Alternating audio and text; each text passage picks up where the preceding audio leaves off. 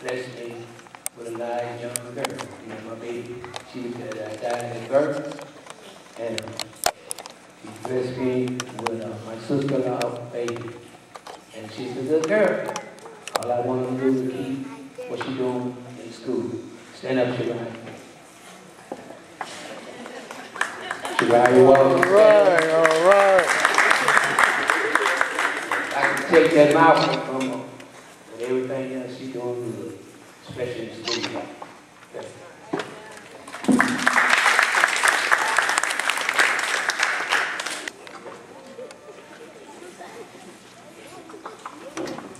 Good evening, everyone. Good evening. Down in Washington. I'm here with my daughter, Avery Washington. The Lord has blessed me. It's my third child, my baby. She's the boss of the household. She has two older brothers. She keeps in line whenever I'm not around. She loves singing in the choir at a church. She attends All Saints Independent School of Refuge, the private school here, started at my father's church, and she can recite all 50 states, all 66 books of the Bible. She can recite Psalms 23. She can tell you stories from Genesis right now, I believe, all the way to out of the Old Testament. So I'm very proud of her. She works hard. She gives her best, and I'm proud of her, and I love her.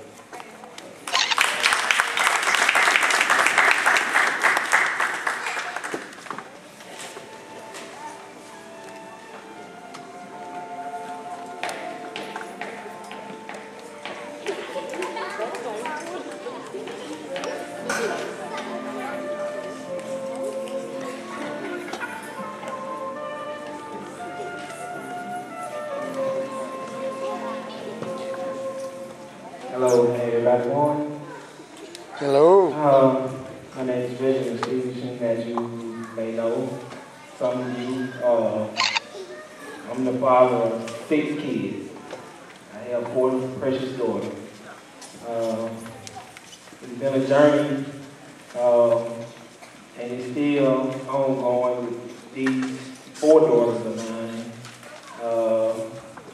They are my heart. They throw them little fit, but, you know, they daddy hard, you know. But the boys, oh, I got the help. But for the most part, my kids, they are wonderful kids. They're very respectful. Raising them as a Christian from birth is really been a blessing, having God in my life and my family. And being a Christian has really brought growth to the family. It has kept the family together through troublesome times and hard times. If it wasn't for that, we wouldn't be together. How you doing? I mean, it's rough out here. I mean, Long time no see. Hey, baby. my kids going to school in different grades. And, they act up at school. They have problems, but they being kids. Amen. I love them all, and I just pray and continue that they do good and ongoing in the future. When they out in college, I know they coming back home. I know that, and I'm always leave the door open for my kids. I love them to death. Like I say, they my heart. And, you know, I can stay up in all day expressing and saying what they mean to me. But on this particular day, I just want to let them know that to all my 4 girls, not leaving the boys out, they're loved. All right. Good evening, everyone. All right. I was Good kind of evening. excited up here at the last event. We done held about 10 people at the last event, but we got a whole crowd today. All right. It's good. I just want to let you know my daughter Riley and Trinity. Very proud of them. Glad to have them in my life. I was used to working so much. Been a nurse 9 years now, so you know how a nurse works. I used to work 2 and 3 jobs, which I still have 2 and 3 jobs, but I'm able to work one.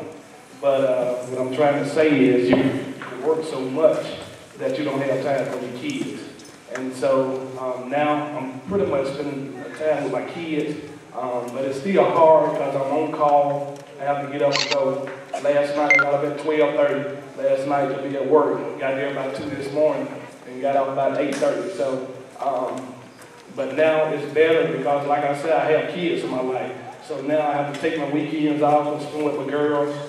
They're so precious. You have to take them to Chuck E. Cheese. You have to take them to Get in Town, to anywhere that you can have time with them. And this is a good event to have everybody expressing their love for their daughters and also the sons. So that's all I have to say. And thank y'all for coming out.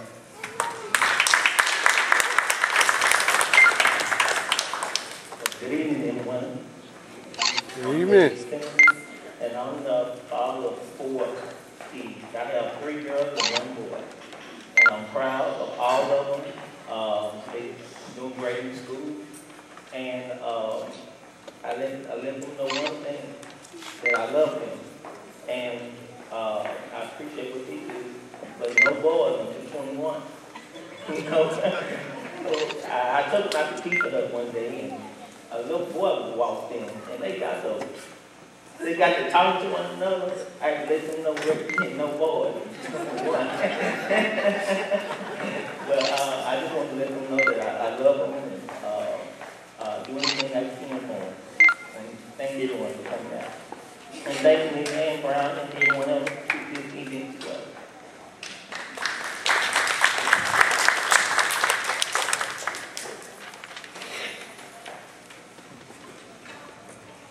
Good evening, everyone. Good evening. I know I strolled in here mighty late, but I just wanted to let my daughters know I love them. They over there, all in the yellow over there. And, I wouldn't be the man I am today without them.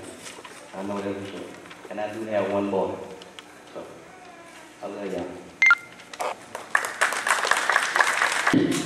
Good evening. You know, when you're the oldest father in the house, take pride in that. I'm proud of my daughter that's here with me tonight, Dr. Taryn Felicia Brown. She somewhere followed in my footsteps. She decided she wanted to go into education. And above all, she's one of those math teachers, that easy subject that I know of. And present, she's an interventionist in the mathematics department in the Jackson Public School District. And as I told her over the years, and I continue to tell her, that I love her. I have one other daughter that's not present. She's also in the education field. I have a son that's, believe it or not, he's a comedian. But now, most of all, I have a son up here that some of you may know. That is Sam Brown at the JMI. And I guess today, not your day, since your sister's day, preference today. But I want to say again, I'm proud to see the dads, the father figures, the mothers, and all out tonight. And I hope you all have a nice time. Thank you.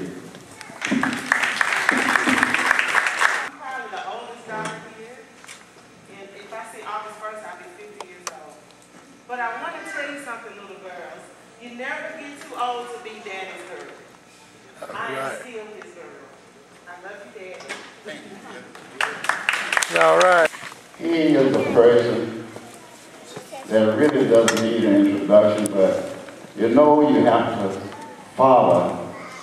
And in my situation, I have to follow what the wife over there said too. So you follow, know I had here that the wife or the girlfriend say do something, you have to do it if you want to stay in good.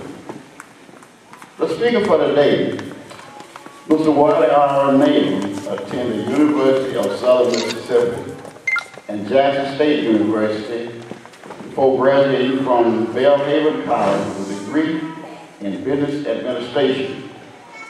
He also has a degree in electronics engineering from Phillips College and a diploma in biblical studies from Grace Bible College. in Cary, North Carolina.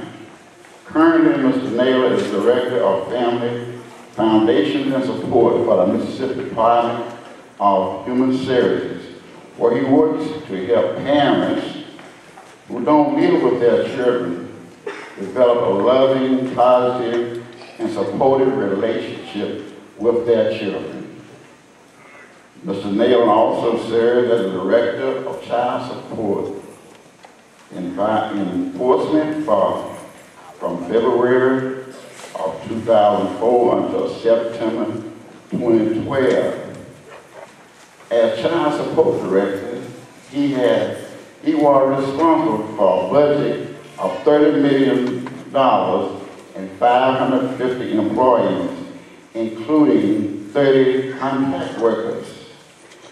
In 2008, Mr. Naylor received a Commissioner's Award for exemplary leadership from the Office of Administration for Children and Families. In 2009, under Mr. Naylor's leadership, Mississippi received the Most Improvement Program Award.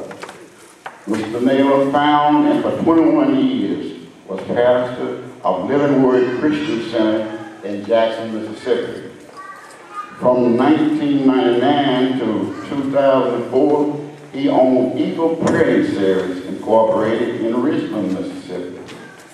Governor Haley Bowler appointed Mr. Naylor to the Mississippi Ethics Commission in 2006, and he has served as Vice Chair since 2007. Mr. Naylor is also a former Chairman of the Mississippi Parole Board and former Executive Director of the Mississippi Christian Coalition. Mr. Naylor is the founder of Men of Valor, Women of Virtue, and has served on many boards and commissions, including the Caribbean Resource Ministry, 2011 to the present, National Child Support Enforcement Association, 09 to 2011, Mississippi Humanities Society, 1996 to 2000, New Horizon Ministries, 2000-2001, Pro-Life Mississippi, and the Christmas Village. Born in Harrisburg, Mississippi, Wally R. Naylor now lives in Madison, Mississippi with his wife of 33 years. He has a daughter, a son-in-law who lives in Madison, a daughter who lives in Nashville, Tennessee, a son who lives in Jackson, Mississippi, and son and daughter-in-law who lives in Dallas, Texas. He also has 4 other grandchildren, 2 boys and 2 girls. Ladies and gentlemen, young people, I present to you Mr. Wally R. Naylor, our Speaker of the Hour. Mr. Naylor. Good evening, everyone. How you doing? Hope I can live up to all those things that Brown just said about me, but all my life, because of the way I've been and what I've done, I've always tried to be a regular joke. So I want to talk to you tonight just as a person just like you, and not necessarily anybody who think that is somebody other than you. Before I start, I want to mention, though, that I also have 2 daughters Mr. Brown just mentioned. And as I've journeyed through this thing called life, you know, I've been lots of ups and downs. I remember a long time ago when life was very turbulent, and I wasn't sure, you know, which direction life was going to go. I kept 2 pictures of them on the refrigerator, you know, held up by a magnet. And many times at night, you know, past midnight, when I would be up wondering what I'm going to do next and how I'm going to deal with this situation or that situation, I would look at those 2 girls up there. I called them my do-right girls. I call them that because I will say to them as I looked at them that I do right because of you. So regardless of whatever was turning inside of me, and whatever thoughts and ideas or emotions were happening inside of me, I would look at them and say that regardless of how I feel right now, I choose to do right because of them. I want you to stop and think about that for a moment. This is not necessarily, you know, in my text, but the idea or the thought of what I'm talking about is as I make choices in life, as I journey in life, simply and solely because of those two little girls. You know, like Mr. Brown just mentioned, one lives in Nashville, she's single and doing all right, and she told me she was about 21, or between 21 and 22. We had an argument one night, I said, Daddy, I'm grown. And I said, okay, if you're grown, to pay all the bills, so from now on, we actually spending money, so I cut her off. And for about 3 or 4 years, I never gave her a dime. You said you're grown, you don't accept my guidance and my input in your life, and, you know, prove it. And she did that, so now we made that change, so now I do help her. But the point though is, you know, I spoiled them a little bit in the beginning, but I didn't expect them to grow up and become as independent as they are, but they did. And my oldest, who has my youngest grandson, you know, is married now, and you know, and that's a different story, but they're also independent. She's a nurse and doing well in life. But the point is, I wouldn't be where I am, as one guy just said a few minutes ago, be it not for them. Without my love and dedication and devotion to making sure that my two daughters had all that they could be, and I was willing to pay any price I had to pay. I was willing to pay any price I had to pay to make sure they were all right. It caused me to be where I am today. And I don't say that lightly. Anyway, that was not part of the speech tonight. I just thought about that as he was talking, other people were talking about their daughters. I mean, if I would do this again, I'd like to make sure at least my local daughter come and be present, so you can see, without a doubt, I don't think it's, you know, likely. I wouldn't be where I am if I had not committed to ignore how I felt about life and be determined that I was going to do what all I had to do to make sure, based on what I understand about success, I did what I had to do to make sure that they were all right. Anyway, I want to thank Ms. Brown in particular because they've become friends of mine. You know, over the last 2 or 3 years, I've been going back and forth with meeting with them for their friendship. I want to thank the Community Cultural Resource Center for inviting me to come and, you know, speak to you this evening. I would also tell you that I also am a member of the board of the Community Cultural Resource Center of Holmes County. And also tell you that they are people that I know are committed to doing whatever is necessary to make sure that people in Holmes County have a better life. I want to repeat that to you. I want you to stop and think about it for a moment now.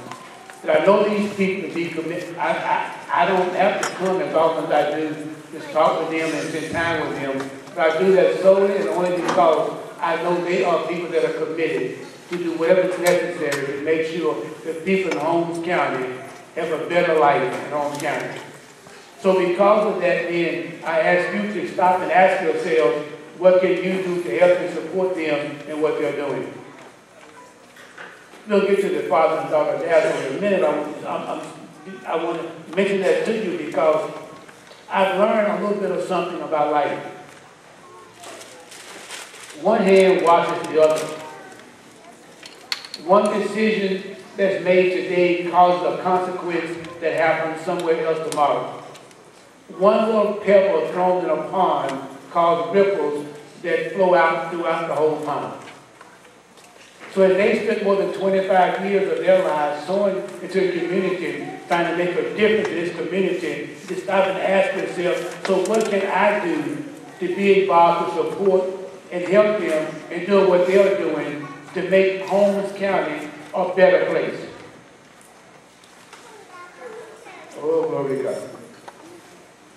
As Mr. Brown just told you, I spent about 21 years preaching, so if you sit there and continue to be quiet, if you don't get it, I might have to start preaching tonight, I don't know.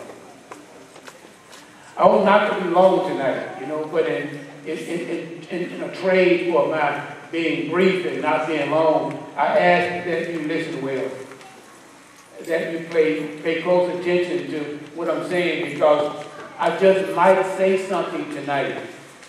I just might say something tonight that will prevent a lifetime of disappointment, heartache, and poverty for your daughter. I pause right there and hope that you listen to that. If you don't, let me say it again. I just might say something tonight. I just might give you an idea tonight that if you catch on to it, it might prevent a lifetime of heartache and disappointment and poverty for your daughter. You know, if you get out of here right now and start driving down the road and decide, I'm just not willing to wait until the light change, I'm ready to go home right now, and you run through that light and the police officer stop you and give you a ticket, you're going to probably be short about $125, $175 because of the decision you made. That's a minor decision.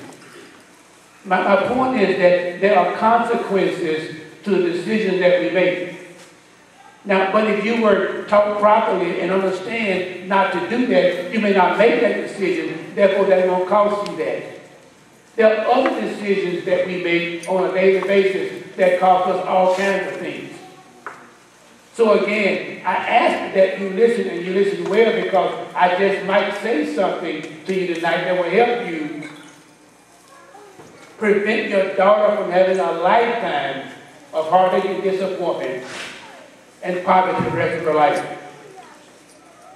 I need to also say this is a wonderful event, and I'm impressed that as many of you that are here. I remember the last time we had this event, and I actually had to sit back and hold myself back from tears as I watched the guys come in with their daughters. You know, because we had met a few times, and I had no idea what was going to happen, and I was surely impressed with the fact that